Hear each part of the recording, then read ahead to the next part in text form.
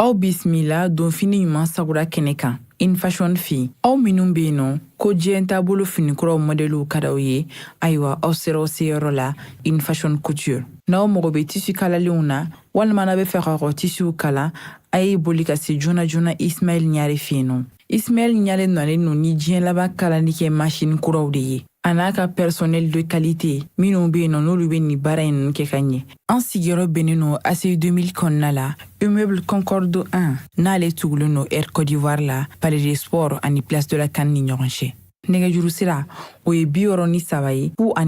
99 ani 99. In Fashion k'aw ye togo ɲɛ. In Fashion ni aw mago bɛ qualité la. In Fashion ko k'aw bisimila kunnafoni gafew kɛnɛ kan.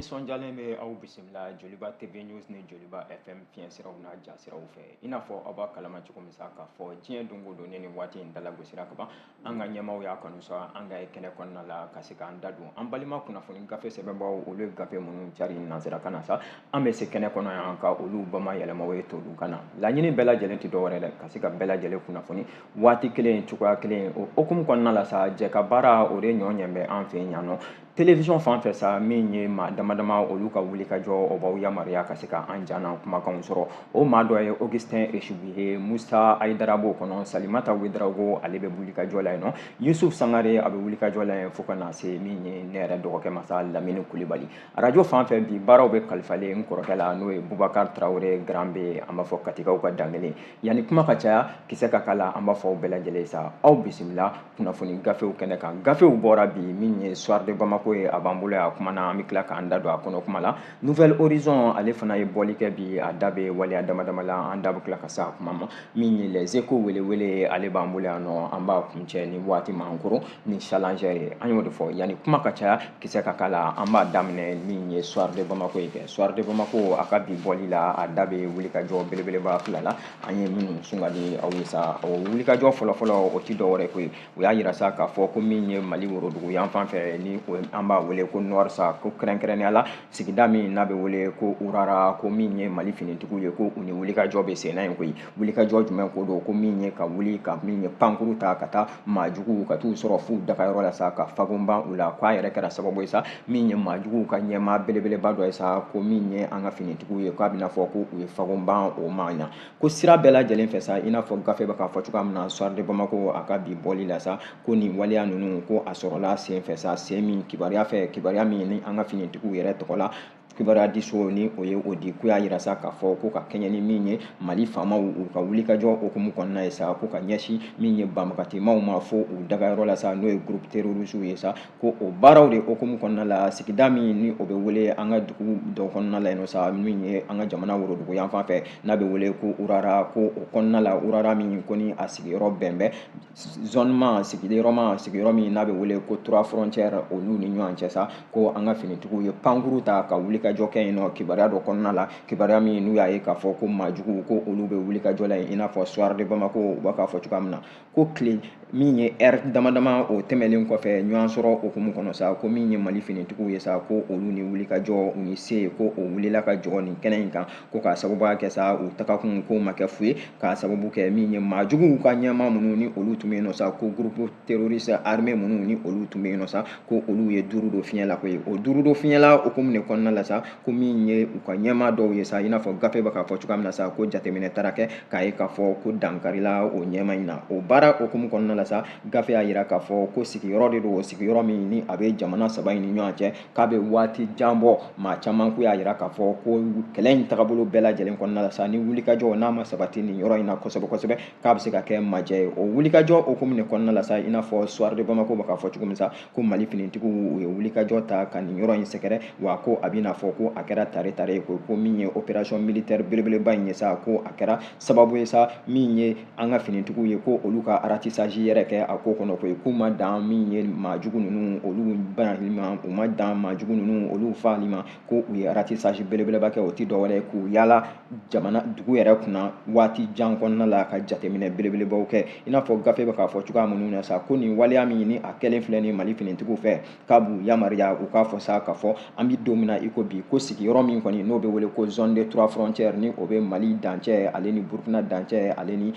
jamana wɛrɛw dancɛw ɲɔgɔn cɛ sa jamana saba minnu ni olu tɛnkun bɛ ɲɔgɔn na Mali Burkina ani Niger ko o dancɛ kɔnɔna la sa min ye Mali finitigiw ye an bɛ don min na i ko bi k'u ka wuli ka jɔ ko o kɛn bɛ tare tare Fasiri an y'a bɔ soir de Bamako kɔnɔna la a ka bi bɔli aw bonya b'a la.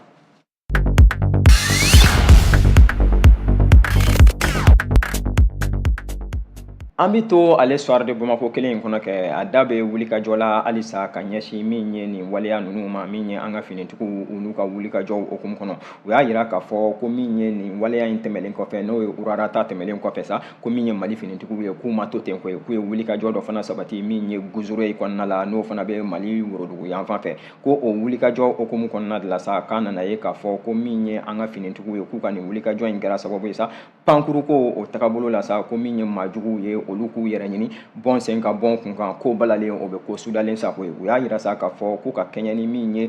misikulu dɔw ye sa ko a yirala k'a fɔ ko wagati ni wagati maajuguw bɛ taa u daga min ye misigɛnnaw olu ɲɛ min ye nin mara in kɔnɔna la sa n'o ye Guzure mara ye waati ni waati ka se ka a ɲini ka maaw ka misiw ka olu daraki u bolo o wulikajɔ min ni o ɲɛfɔra an ka finitigiw ye sa ko u ma to sigilen k'a sababuya kɛ Guzure min ni a bɛ Gawo mara yɛrɛ kɔnɔna la gafe kɛn bɛ k'a fɔ cogoya min na ko Mali finitigiw ye jateminɛ de kɛ ka ɲɛsin nin waleya in ma ko u ye wulikajɔ dɔ sabati yen nɔ dɔgɔkun laban in yɛrɛ kɔnɔ koyi ko wulikajɔ min ni a kɛra sa ko ka ɲɛsin min ye bagangɛnna dɔw ko olu n'u ka baganw de tun bɛ gɛnni sira fɛ sa min ye maajuguw ye ko u poyira u poyilen sa ko a kɛra a ma bɛn ko k'a sababuya kɛ i n'a fɔ gafe bɛ k'a fɔ cogoya min na sa u tun sigilen tɛ n'a ye ko balalen o bɛ ko sudalen sa u k'u sigilen tɛ n'a ye sa k'a fɔ ko min ye Mali finitigiw ye ko olu fana bɛ jateminɛ la pankuru ko tagabolo fɛ nin sira ninnu kɔnɔna la ko u bɛ nin bagantigiw bɛ ɲɔgɔn na waati minnu na sa waati minnu n'u b'a ɲinina ka bagan ninnu bɛɛ lajɛlen minɛ dɔrɔn ko min ye Mali finitigiw ye ko olu poyira pankuru ko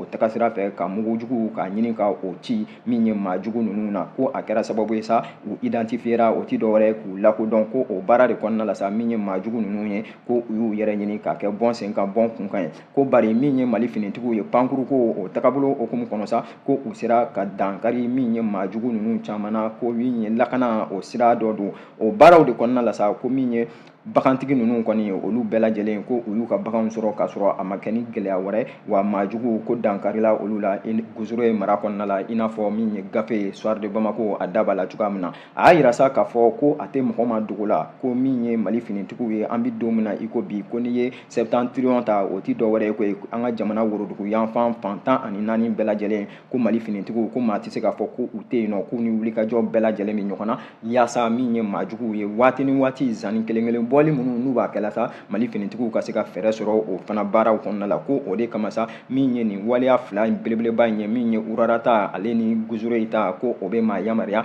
k'a fɔ k'i bɛ danaya ta an bɛ don min na k'a da Mali finitigiw kan Fasiri an y'a bɔ soir de Bamako kɔnɔna la a ka bi bɔli aw bonya b'a la.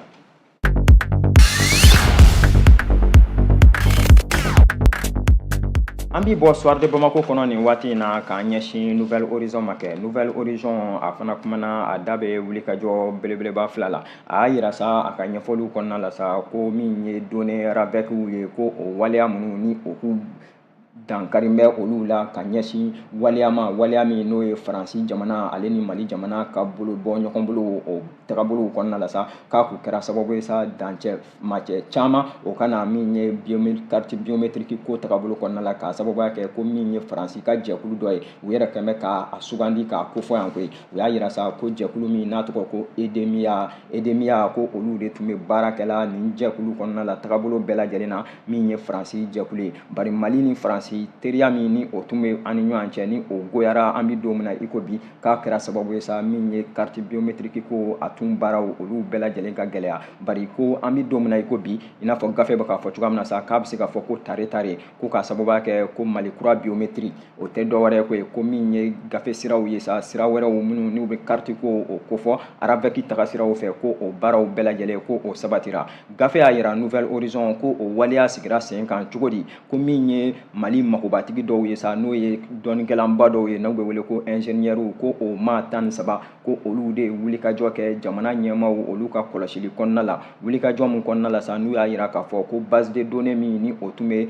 araveki akilina kɔnɔna la don tɛmɛlenw na ni maaw k'u dɛsɛ bɛ ka baara kɛ ni a ye sa ko o baaraw bɛɛ lajɛlen k'u bɛna fɛɛrɛ ɲini olu la wagati jan kɔnɔna la sa ko kalan bolodala nin ko kɔnɔna la ka fɛsɛfɛsɛli k'a ko kɔnɔna la a nana wolo baara la sa baara min ko n'a kɛra tare koyi ko k'a sababuya kɛ quartier araveki in o akilina min ni o tun bɛ yen nɔ o baara minnu ni olu k'u bolo kɛra k'an bɛ don min na i ko bisa ko Mali kura biometric system ko a bɛna fɔ ko o kɛra sababu ye sa ka se ka nin waleya ninnu ka se ka dankari a bɛɛ lajɛlen na an bɛ don min na i ko bi n'i y'a jateminɛ gafe ka fɔli la Nouvelle Horizon ko min ye jamanakuntigi cɛmancɛ fanga ɲɛmɔgɔ colonel Asimi Goyita ko a y'a yira sa a ka ɲɛfɔliw kɔnɔna la ko a nisɔndiyara kosɛbɛ nin waleya ninnu bɛɛ lajɛlen ɲɛfɔli la a ye ko k'a sababuya kɛ waleya ninnu a ma bɔ yɔrɔ wɛrɛ ko min ye maliyɛndenw yɛrɛ olu ka kalan boloda kalan min n'a kɛra sababu ye sa ka se ka nin baara ninnu bɛɛ lajɛlen sabati baara jumɛnw ko don ko min ye araveki ko tagabolow ye an bɛɛ lajɛlen b'a dɔn k'a fɔ ko vocation d'état civil ko don tɛmɛlenw kɔnɔna la a nana ye k'a fɔ ko majɛ caman ko o yera a ko kɔnɔ ko k'a sababuya kɛ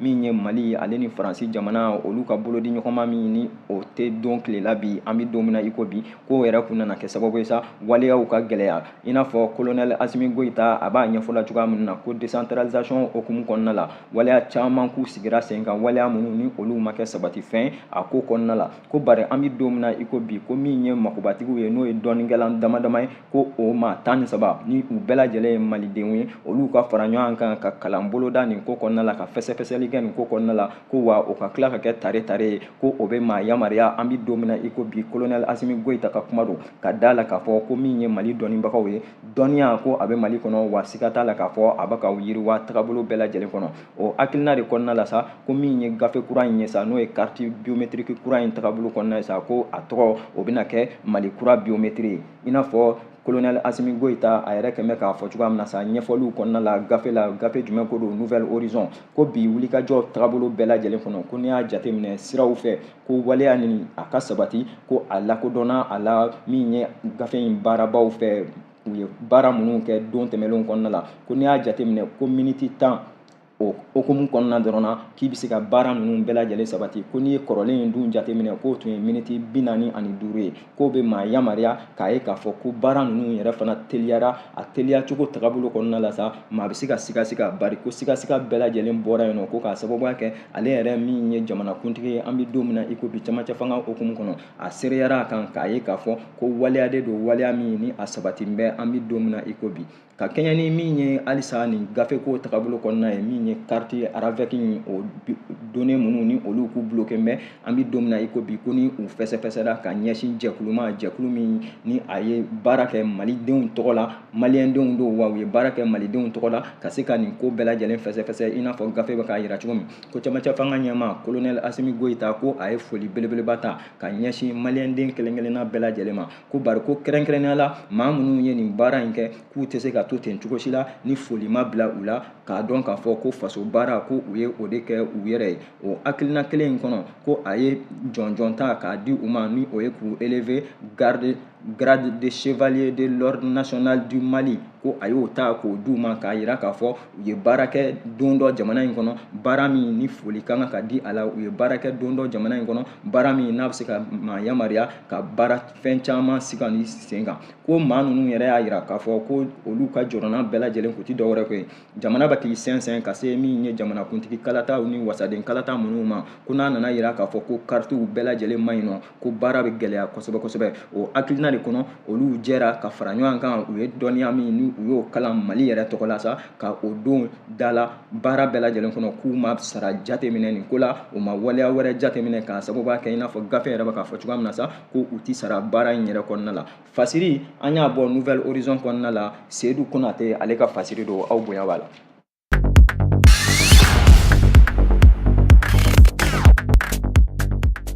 An bi to ale Nouvelle Horizon kelen in kɔnɔ kɛ a da bɛ waleya wɛrɛ la ko ye a y'a yira sa k'a fɔ ko min ye don tɛmɛnlenw na n'a k'u yira la sa k'a fɔ ko min ye mandat d'arrêt international ye ko o danbɛ ka ɲɛsin min ye an ka minisiri kɔrɔ dɔ ma n'o ye cɛman Iber Kulubali don tɛmɛnlenw na ko ni bɛɛ lajɛlen bɔra a kalama k'a fɔ ko maa de don maa min ni ale dakan bɛ an bɛ don min na i ko bi an bɔɲɔgɔnko jamana dɔ kɔnɔ n'o ye Côte d'Ivoire jamana ye ko a yirala sa k'a fɔ ko cɛman Iber ko maa de don maa min ni sariya tigilamaw Mali kɔnɔna la sa n'u bɛ a nɔfɛ k'a yira k'a fɔ ko fɔ a kana Mali kɔnɔna la yaasa a ka kiiri o bɛ se ka sabati cogoya minnu na ko maa kofɔlen i n'a fɔ Nouvelle Horizon bɛ k'a fɔ cogoya min na n'o ye Cɛman Hubert ye ko a bɔra ka kuma koyi awɔ ko a y'a yira k'a fɔ ko an bɛ don min na i ko bi ŋaniya min ni o tan bɛ camancɛ fanga ɲɛmaaw fɛ k'a ye k'a fɔ ko min ye Cɛman Hubert ye a kana Mali kɔnɔ yaasa a ka kiiriw bɛɛ lajɛlen bɛ se ka boloda bi ko ale Cɛman a ma sɔn bi a tɛna sini ko k'a sababuya kɛ i n'a fɔ gafe bɛ k'a fɔ cogoya minnu na ko waleya caman de tara waleya minnu ni olu ɲɛsinna ale yɛrɛbakun ma don tɛmɛnlenw kɔnɔna la fo ka n'a se an bɛ don min na i ko bi ma ni o b'a yamaruya k'a ye k'a fɔ ko n'a seginna ko gɛlɛya waleya caman bɛ yen o bɛna ta k'a sɛgɛrɛ minnu ni o tɛ sariya tagabolo kɔnɔ maaw hakili jigin i n'a fɔ gafe bɛ k'a fɔ cogoya min na ko maa kofɔlen n'o ye Cɛman Hubert ye ko don tɛmɛnlenw kɔnɔna la a ye ɲɛmaaya de kɛ n'o ye minisiri ye minisiri min n'o tun bɛ défense ale ni ancien combattant olu tɔgɔ la ko o hukumu kɔnɔna la majɛ caman nana fɔ majɛ minnu ni kiiri tigilamɔgɔw n'a ko bɛ olu bolo an bɛ don min na i ko bi o hukumu de kɔnɔna la sa ko min ye maa kofɔlen ye a ye duuru don fiɲɛ la koyi awɔ ko ka t'i yɛrɛ wakilu kalifa min ye Côte d'Ivoire jamana la kab'o kɛra an bɛ don min na i ko bi ko min ye camancɛ fanga ɲɛmaaw ye u ni fɛɛrɛ bɛɛ lajɛlen min ɲɔgɔn na yaasa maa kofɔlen a bɛ se ka segin cogo minnu na a ka kiiri o bɛ se ka boloda cogo min k'a sababuya kɛ i n'a fɔ gafe bɛ k'a fɔ cogo min bari ko min ye maa kofɔlen ye kabi nin waati ninnu kumaw fɔra bɛɛ lajɛlen y'i ta fɔ a kɔnɔ ko bari k'a yɛrɛ tun ma bɔ ka kuma koyi nin wagati in kɔnɔ sa ko a bɔra ka kuma a y'a yira k'a fɔ ko majɛ caman bɛ yen ale Cɛman Hubert Kulibali ko don tɛmɛnlenw na majɛ caman nana ye kow kɔnɔna la fɔli caman kɛra fɔli minnu kɔnɔ ni ale yɛrɛ y'a yira ja sira dɔw fɛ k'a fɔ ko tiɲɛ t'u la bi tiɲɛ t'u la sini bari min ye ko a ka na jamana kɔnɔna la yaasa a ka kiiri yɛrɛ ka kɛ a ka lajɛ kiiri tigilamɔgɔw fɛ yala ale bɛ min fɔla o don wa yala a bɛ min fɔla o tɛ wa ko ale ma ban o baaraw ma bari an bɛ don min na i ko bi ko a tɛ se ka na cogo si la k'a sababuya kɛ ko a sɔmin bɛ k'a fɔ ko majɛ caman bɛ o baaraw yɛrɛ tagabolo la sariya tagabolo kɔnɔna la ko gafe y'a yira sa k'a fɔ ko min ye Cɛman Hubert ye ko o kelen tɛ ko ye ko don tɛmɛnlenw kɔnɔna la min ye Dr Bubu Sise ko ka na se Mamadu Igor Jara ko n'i y'a jateminɛ ko nin bɛɛ lajɛlen ɲɛmaayaw kɛ ka tɛmɛ Mali kɔnɔna la an bɛ don min na i ko bi ko u kɛn bɛ ka duuru don fiɲɛ la a kelen kelenna bɛɛ lajɛlen bɛ ka ɲini k'a fɔ ko u ka segin ka na jamana in kɔnɔ yaasa u ka kiiriw bɛ se ka boloda bari k'u fana n'u ka danganiya i n'a fɔ gafe y'a fɔ cogo min ni min bɔra la ko u b'a lase bɛɛ lajɛlen ma fasiri min ye Mahamani Ture ale ka fasiri don Nouvelle Horizon kɔnɔ aw bonya b'a la.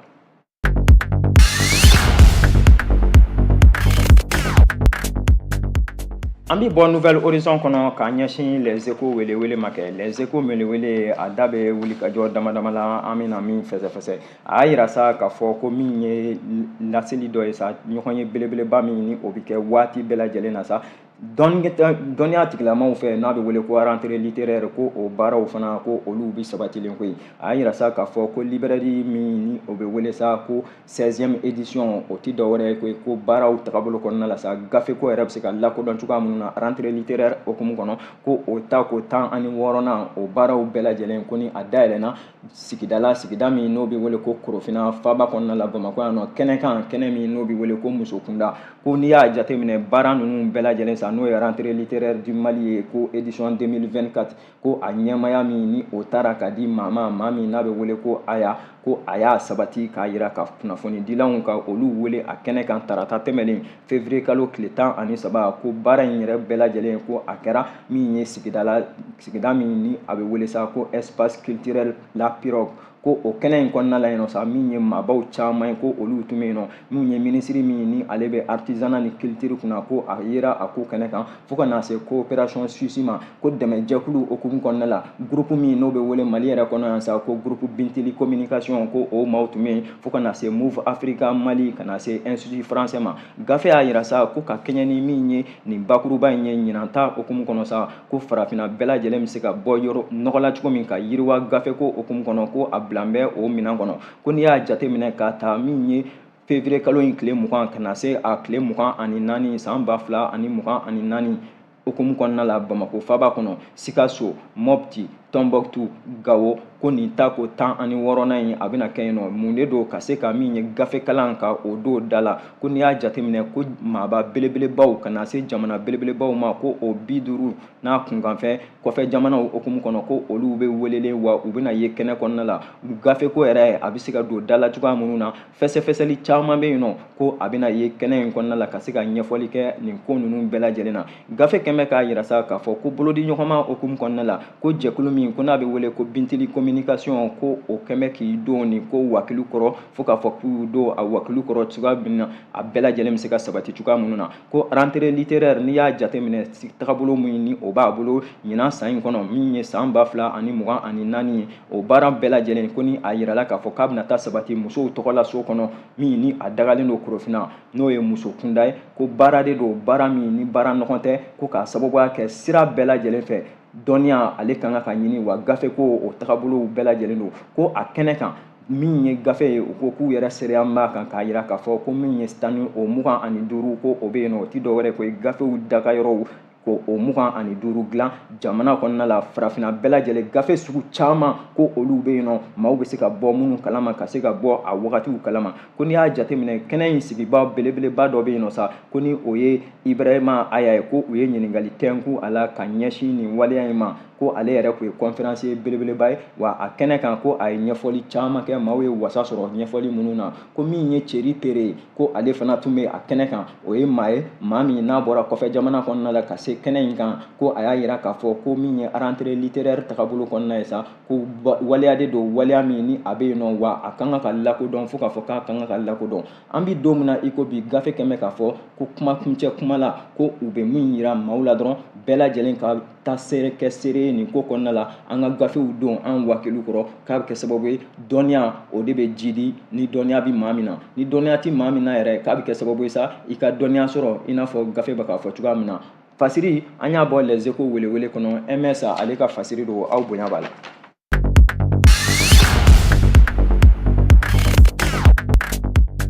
An bɛ to ale les échos welewele in kɔnɔ kɛ a da bɛ kibaruya dɔ la nin tɛ kibaruya dumanba ye a y'a yira sa k'a fɔ ko min ye sirabakan kasara dɔ ye sa ko o kɛra min ye hippodrome kɔnɔna ye ko min ye sotarama dɔ ye sa ko ale de ye min ye polisiw yɛrɛ polisiw olu ka pick-up ko sotarama dɔ y'i to boli la sa ka na polisiw yɛrɛ ka pick-up ka n'o gosi ko nin waleya in kɛra hippodrome na min ye araba tɛmɛlen ye février kalo ale tile 12 san 2024 ko hippodrome na yen nɔ sa min ye sotarama dɔ ye sa ko o de y'i to boli la i n'a fɔ an y'a fɔ cogo min sa ka na min ye polisiw ni o ye GSM olu maaw ye ka na olu ka bolifɛn ka na o gosi k'a sɔrɔ u yɛrɛ bɛ boli la koyi k'a kɛra sababu ye sa min ye maa fila ye ko olu ka jogin kosɛbɛ kosɛbɛ a ko kɔnɔ bari tare maa ni ma to a la i n'a fɔ gafe bɛ k'a fɔ cogoya min na u y'a yira sa k'a fɔ ko nin waleya in ko a kɛra hippodrome na min ye nɛgɛ kaɲa 19 sanga 30 ko o dala gosilen rond point mun ko n'a bɛ wele sa ko restaurant relax ale kɛrɛfɛla la ko n'i y'a jateminɛ Kulukoro goudron don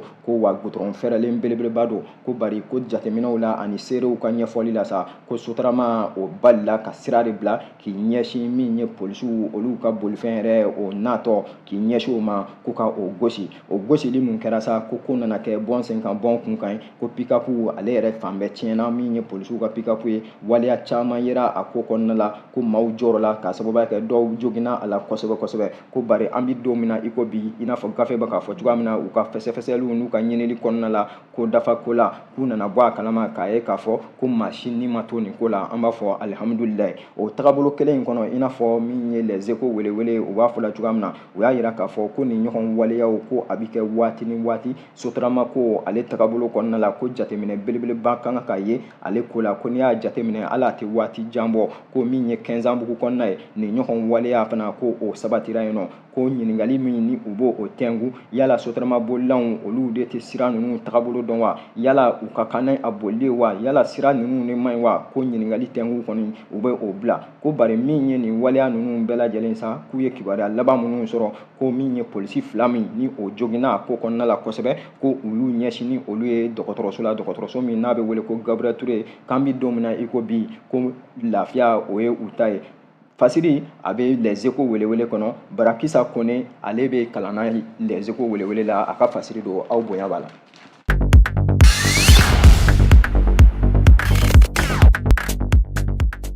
an b'a datugu ni challenger ye kɛ challenger a kumana a ye bɔli kɛ bi a da bɛ waleya kelen na a y'a yira sa k'a fɔ ko ɲɛmaa min n'o bɛ wele sa ko directeur général de police militaire ko ale ye wuli ka jɔ kɛ ka laseli kɛ laseli jumɛn ko don sa ko a y'a yira k'a fɔ ko min ye bruitage ye ko o interdira fo k'a fɔ ko a interdira o kɔrɔ ko a kɔnna an bɛ don min na i ko bi ko o waleya sɔrɔla mun de fɛ k'a y'a yira sa k'a fɔ ko ka kɛnɛ mun de don maa caman bɛ se k'i yɛrɛ ɲininka n'o ye bruitage ye ko o tɛ dɔwɛrɛ ko ye ko min ye finitigiw yɛrɛ de ye finitigiw ka kɔɲɔw tagabolo kɔnɔna la u ka nisɔndiya kow kɔnɔna la min ye polisiw ye ka na se sɔrɔsiw ma ko waati bɛɛ lajɛlen na sa k'i b'a ye k'a fɔ min ye u yɛrɛ kilasiw ye misaliyala i n'a fɔ gafe kɛmɛ k'a fɔ cogoya min na sɔrɔsi dɔ ni o bɛ muso furu la min ye a yɛrɛ kilasiw ye sa ko olu bɛ a muso daraki waati bɛɛ lajɛlen kɔnɔna la sa ka taa gɛlɛya waleyaw ta k'u ɲɛsin a ma kɔɲɔko tagabolo kɔnɔ min ye ka teniw don a la min ye k'a bila ka boli min ye k'a bila ka filew fiyɛ o tagabolo de kɔnɔna la sa ko jateminɛ nana ye k'a fɔ waati dɔw la sa ko min ye kɔɲɔmuso yɛrɛ ye sa ko a bɛna bana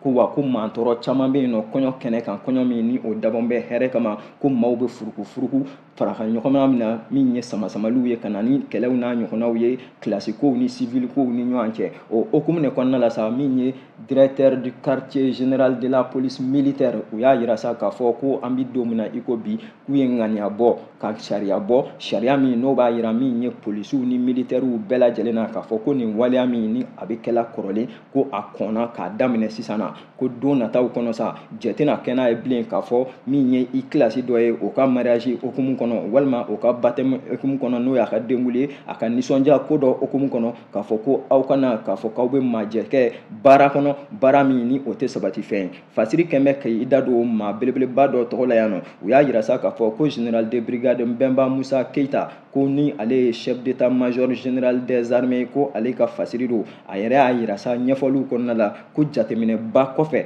nin ko kɔnɔna la sa k'u y'a ye k'a fɔ waleya de don min ni a tun bɛ yen nɔ don tɛmɛnlenw na a k'u kun ti dɔwɛrɛ koyi ko yaasa min ye finitigiw ye ani finitigiw musow u bɛɛ lajɛlen bɛ se ka don ɲɔgɔn na cogoya minnu na ko bari n'u nana ye k'a fɔ ko gɛlɛya bangenen b'a kɔnɔ gɛlɛya minnu n'an b'a tile k'a fɔ ko o t'a dɔ ye fo ka na ni majɛ ye dɔw ka bana kɔɲɔmuso dɔw ko olu bɛ bana ma dɔw bɛ yen nɔ hali k'a sɔrɔ u tɛ kɔɲɔmuso ye kɔɲɔkɛw tɛ bari samasamali kɔnɔ a bɛ kɛ a tɛ kɛ samasamali kɔnɔna la maaw bɛna bana maaw bɛ furuku ɲɔgɔn kɔrɔ o hukumu de kɔnɔna la sa ko min ye directeur du quartier général de la police militaire ye u y'a sigi sen kan sa ko finitigi bɛɛ lajɛlen k'a faamu kɛrɛnkɛrɛnnenya la min ye polisiw ye k'u k'a faamu k'a fɔ waleya min ni a tun bɛ yen nɔ kunun tiɲɛ don ko an bɛ don min na i ko bi o tiɲɛ tɛ wa ko a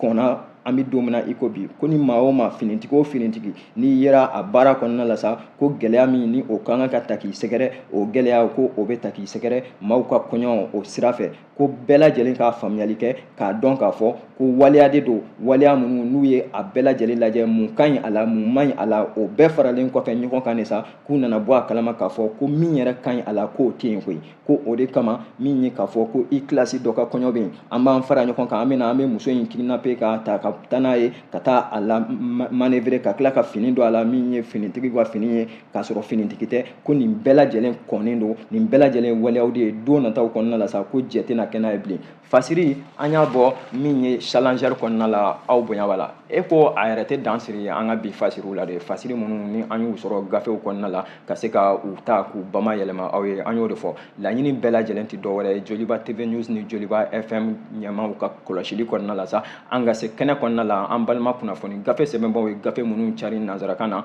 an bɛ olu ta k'u bamayɛlɛma an ye bamanankan na yaasa faamuyali o bɛ se ka sɔrɔ baara kɔnɔ cogoya minnu na o hukumu kɔnɔ an tɛ sɛgɛn an tɛ ɲinɛ an b'a fɔ an ka daw bɛ yɛlɛ ni aw bɛɛ lajɛlen n'aw ye majɛ minnu ye baara la k'aw sen bɔ aw kɔnɔkɔrɔ walima ka nɛgɛjuru sira ta ka weleli kɛ an ye ka se ka aw da don a kow kɔnɔna la sa laɲini bɛɛ lajɛlen kɔnɔ bonya kɔnɔ yaasa faamuyali a bɛ sɔrɔ cogo min na baara ninnu kɔnɔna la o hukumu kelen in kɔnɔna la an bɛ foli kɛrɛnkɛrɛn k'a ɲɛsin min ye Joliba TV News filɛbaa bɛɛ lajɛlen ani Joliba FM lamɛnbaa bɛɛ lajɛlen k'a fɔ ni aw tɛ anw tɛ ni ala m'an ka jɔnya jɔ an na an bɛ ɲɔgɔn sɔrɔ yan don nataw kɔnɔna la an b'a fɔ aw bɛɛ lajɛlen tile kuru baara don a ye to sɔgɔlen aw ka télévision mandi la a ye to sɔgɔlen aw ka radio mandi la Joliba TV News Joliba FM an bɛ yan aw bɛɛ lajɛlen kama ala ka tile hɛrɛ. Nin kun ye kunnafoni gafew ye ni InFashion ka dɛmɛ ye. An sigiyɔrɔ bɛnnen no ACI 2000 kɔnɔna la immeuble Concorde 1 n'ale tugulen no Air Côte d'Ivoire la Palais des Sports ani Place de la CAN ni ɲɔgɔn cɛ. nɛgɛjuru sira o ye 63 ye 02 99 ani 99 Infashion k'aw ye togo ɲɛ Infashion ni aw mago bɛ qualité la